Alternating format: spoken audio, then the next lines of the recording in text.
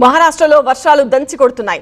ఛత్రపతి సంభాజీనగర్ జిల్లాలోని కుల్దాబాద్ తాలూకాలో గోరేగావ్ దగ్గర నది పొంగి పొర్లడంతో సమీప బస్తీ వరదమయమైపోయింది. వరదల్లో చిక్కుకున్న వారిని గ్రామస్తులు కాపాడారు.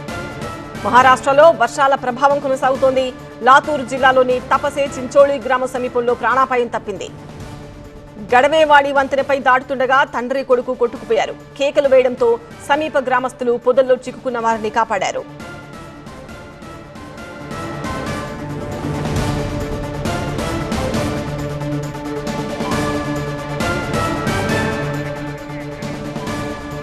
థానే జిల్లాలోని షాహాపూర్లో వరద బీభత్సం సృష్టించింది.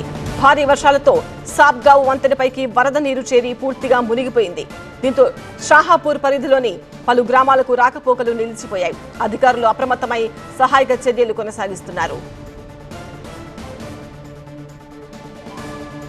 భారీ వర్షాలతో ముంబై వెస్టర్న్ ఎక్స్ప్రెస్ వే జలమయమైంది. పలు ప్రాంతాల్లో భారీగా వరద నీరు చేరింది. వాహనాల రాకపోకలకు అంతరాయం కలిగింది. అధికారులు రహదారులపై నీరు తొలగించే చర్యలు చేపడుతున్నారు.